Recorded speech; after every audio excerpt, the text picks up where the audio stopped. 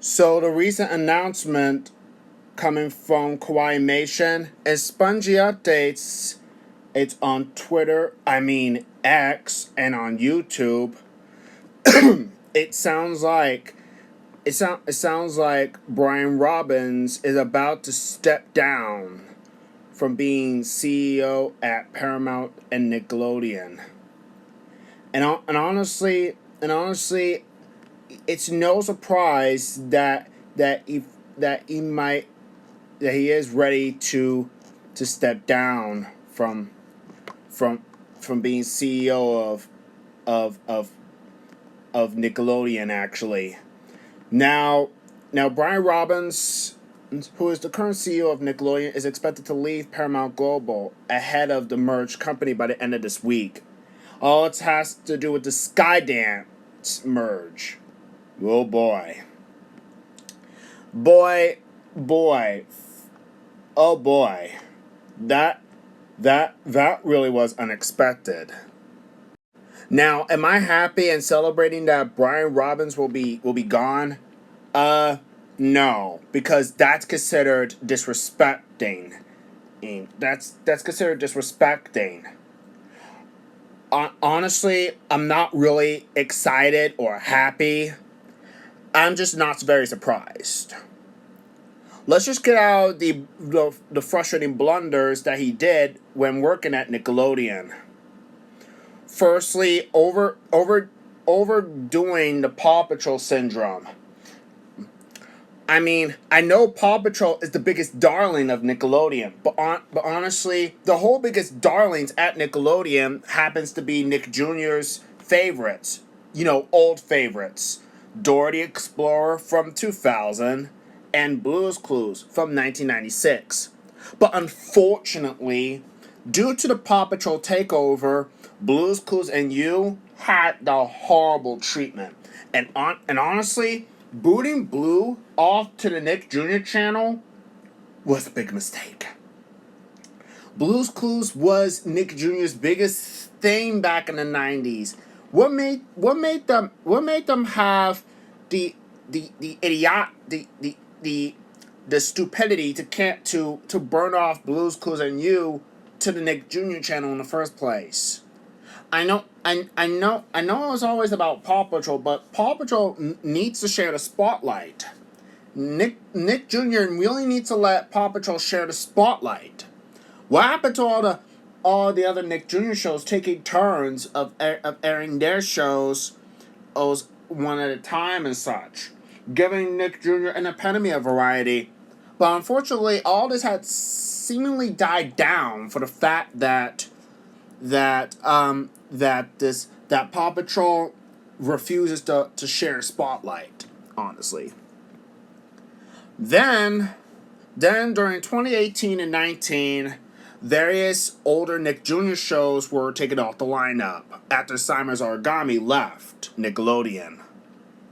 It was very stupid to remove the older Nick Jr. shows. But in reality, the reason why they had to do this is because to make room for new Nick Jr. programming that's coming to the channel and the block in the future. Uh or will they? I know everyone wants a dose of the older Nick Jr. shows, but they can't always just rely on old shows. They need to make new shows, because do not forget, the overdose of not airing new shows can try and hurt the Nick Jr. channel if nobody isn't interested in the old shows. And besides, even though everyone still watches Nick Jr. today, despite that they're too old for them, there's no excuse to not watch Nick Jr. I mean, I remember I used to watch Nick Jr. even though I'm too old for it. There is no rule or law saying that preschool shows are just for kids. I mean, they're for everybody who grew up with the blog and the brand and the channel. I mean, where is even a problem? I mean, I understand the reason why. It was because to make room for new Nick Jr. shows. But unfortunately, some of them got the short end of the stick, like the Fresh Beat Band of Spies, Shimmer and Shine, Nella the Princess Knight. Oh, we do not want to talk about the stupid purge after Nella the Princess Knight ended it like that. Seriously, you do not want to talk about that. Then came certain shows that ended up getting the shaft, like Zufari. Oh boy, that show did not do well, and it didn't last long. It aired 9 times on Nick Jr. on Nickelodeon before getting the shaft to the main Nick Jr. channel. We already have our issues with Nick Jr. airing female aimed content. After Summer's Origami left, we thought this whole thing would stop. But there's no surprise that it was still going. Due to the whole Girls Rule Sunday thing and Paw Patrol, and since some of the shows like Butterbean's Cafe and Nella the Princess Knight were airing on the Nick Jr. block, Nickelodeon made the fatal mistake of putting them on Girls Rule Sundays. Unfortunately, what happened to Girls Rule Sundays? Well, unfortunately, it's sadly discontinued. To be honest, there were not enough girl power shows on the lineup at this moment, and honestly, making this was a mistake. Then, in 2019. Nickelodeon made a fatal mistake of trying to cash into webtoons. In 2019, they premiered Ryan's Mystery Playdate, starting as a Nick program, and then aired it as part of Nick Jr. on Nickelodeon.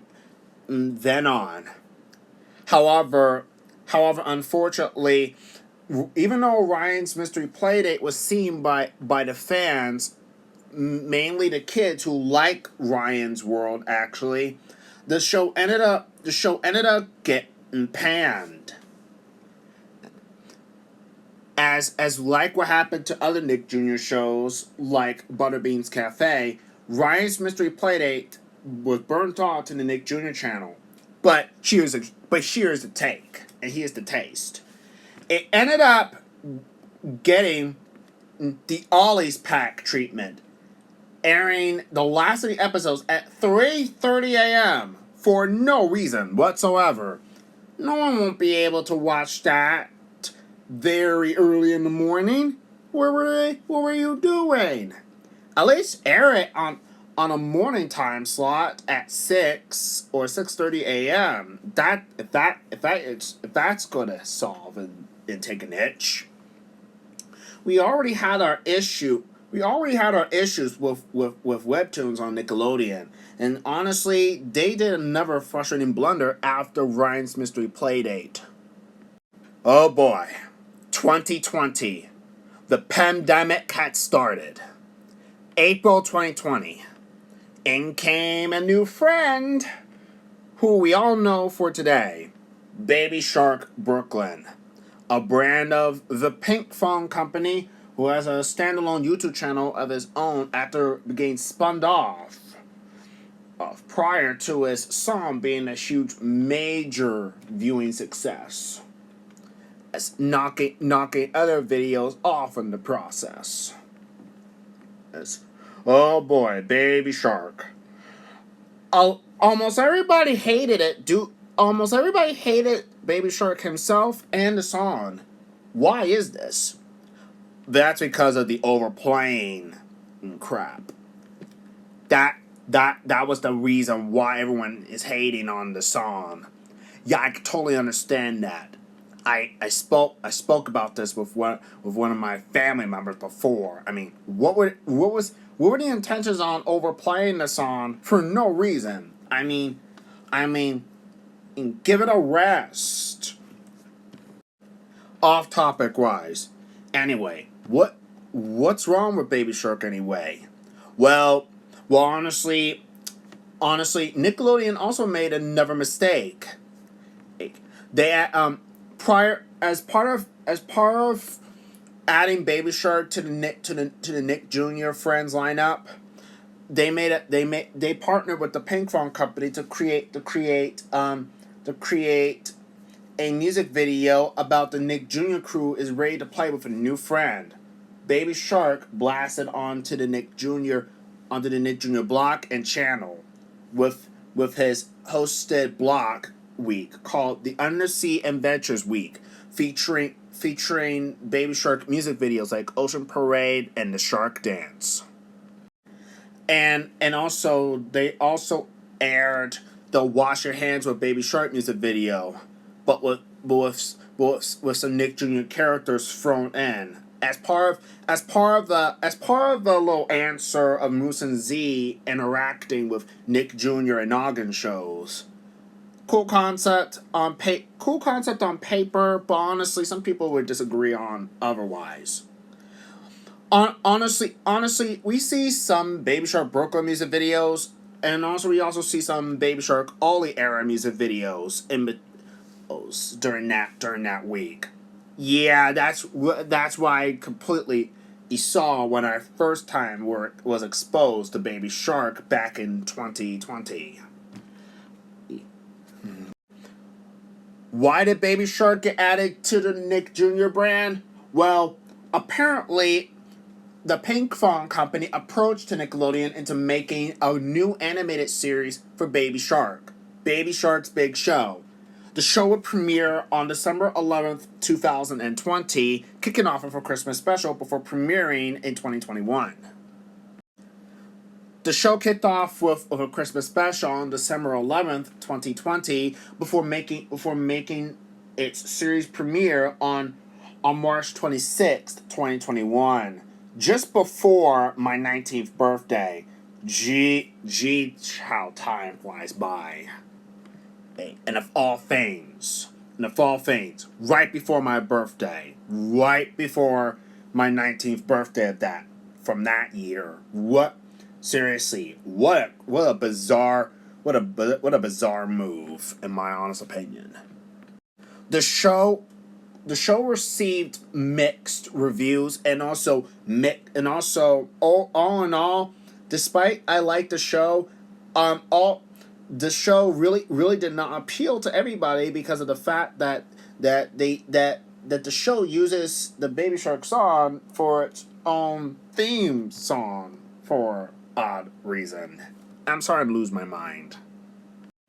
And the series' art style was a lot different from the Pink Phone Baby Shark counterpart, honestly. And it differs away from what it was supposed to be like.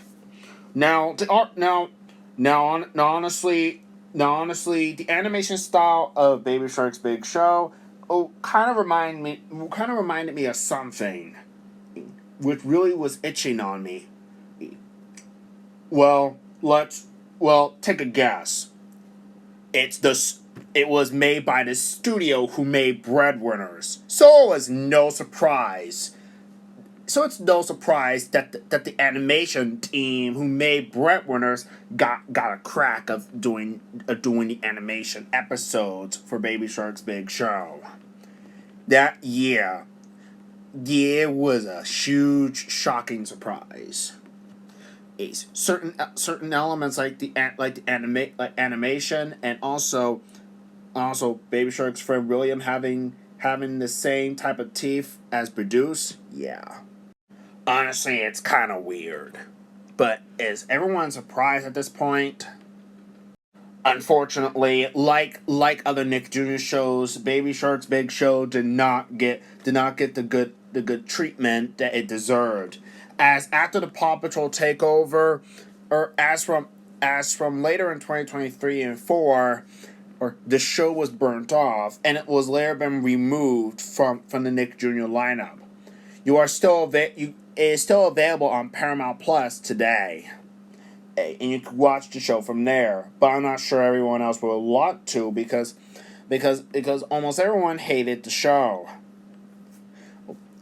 And honestly, while I like the series, and while it's rather cute and solid, and it kind of reminds me much of Wow Wow Wubbzy. Though apparently I know it didn't have nothing to do with Wow Wow Wubbzy, but that's just my overall opinion and some people's opinion, honestly.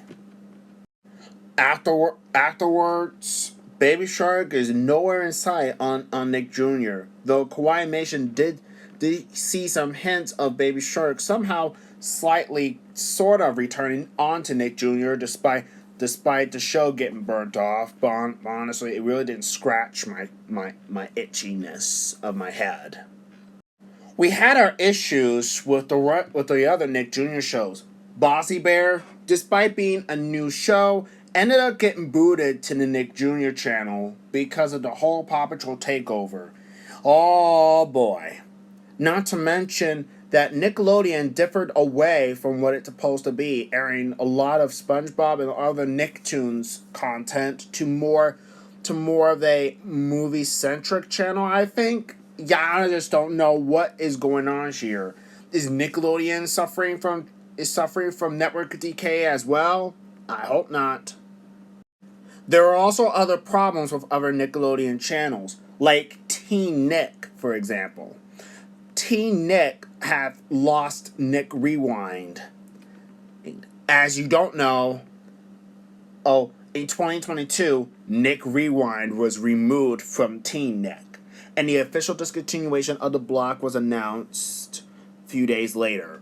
The reason why is that Paramount was slowly moving away from television and moving to streaming with Paramount Plus and Pluto TV, the latter of which still has much of the same programming that Nick Rewind aired regularly. Although were missing a few other shows that were part of Nickelodeon's staple, like You to You, Nickelodeon Guts at this point. And what about Noah Knows Best and Welcome Freshmen? And what about Nickelodeon's Roundhouse? Honestly, I sort of found out about the Snick block actually, and practically I might cover that in a future video. Honestly, it might be great, as it's really scratching me. Those are all the bad, frustrating blunders that Brian Robbins did that I just listed.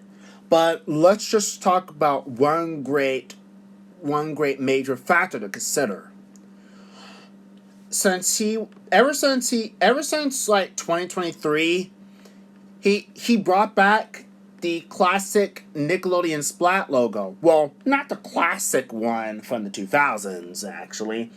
He actually brought back the Splat logo, though it's a lot more modern, and it still continued to have the 2009 Nickelodeon text on it. Generally, it's pretty decent. Other Nickelodeon channels followed suit after. Honestly, I could have preferred having the other Nick channels having their iconic logos back, like Nicktoons with their old Nicktoons Network logo, Teen Nick with their classic Teen Nick logo that from the 2000s, and the Nick Jr. brand would have the classic dozen Nick Jr. logos from the previous eras of Nick Jr. over the years. Even Nick at Night, they needed the classic Nick at Night logo back from 2007. But honestly, this is better than nothing. I mean, this is honestly better than nothing. And there were some more bad quantities from Brian Robbins, like The Purges, Big Nate, the Rugrats reboot, and more. They all got the shaft. And Paramount honestly pulled the WBD treatment and made WBD blush.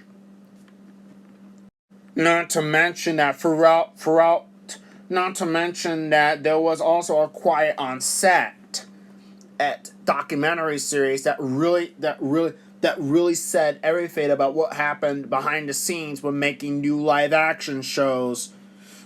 And even though it had nothing to do with Brian Robbins, Nickelodeon is still credited to what happened as whatever happened when various celebrities were working at Nickelodeon really were very uncomfortable when looking back at them.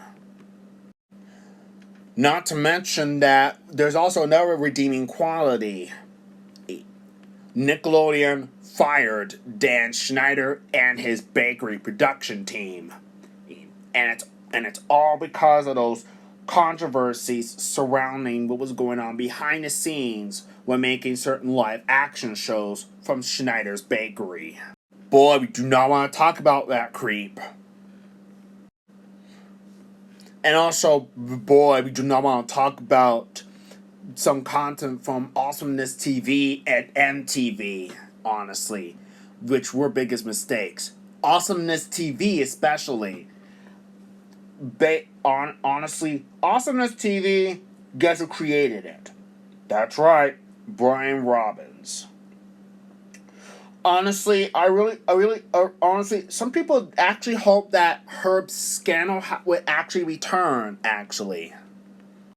But I don't know. I think he's on to other things, or might be a CEO of something else. I would if I gotta be honest, my split decision is either Geraldine Laybourne or Herb Scandal. Geraldine Laybourne, honestly, she would honestly make a grand return being CEO of Nickelodeon. I mean, she was responsible for debuting blocks like Nick at Night, as well as some shows like the Ren and Stimpy show, even the Snick block. I know Geraldine Laybourne would not be interested in being president again, but honestly, she was literally the reason why Nickelodeon in the 90s was the golden age of Nickelodeon. The 2000s was actually the silver age of Nickelodeon, while 2010s was some sort of a mediocre bronze medal-ish era. And the 2020s would be Nickelodeon's dark age era, I'm afraid. But did come back with the Splat logo, but not a good enough excuse for the longevity. Sorry. Well, in conclusion, while Brian Robbins may not be the best CEO at Nickelodeon, at least what we do know is that he did bring back the iconic orange Nickelodeon Splat logo, which we saw by accident or on purpose when it was shown when during the on-screen credits of one of the Loud House or SpongeBob episodes that the Nickelodeon Productions logo had changed to the iconic orange splat that we know about. Weird. Anyway, what do you guys think in the comments? Do you think Herb Scandal or Geraldine Laybourne may be coming back? Let me know. Or who you think would be who you will think that who will be the new CEO of Nickelodeon rather than the two former CEOs that I just mentioned. I mean, neither both of them won't come back, and honestly, I don't know what happened to those two. Thank you guys all for watching, and until next time, stay tuned.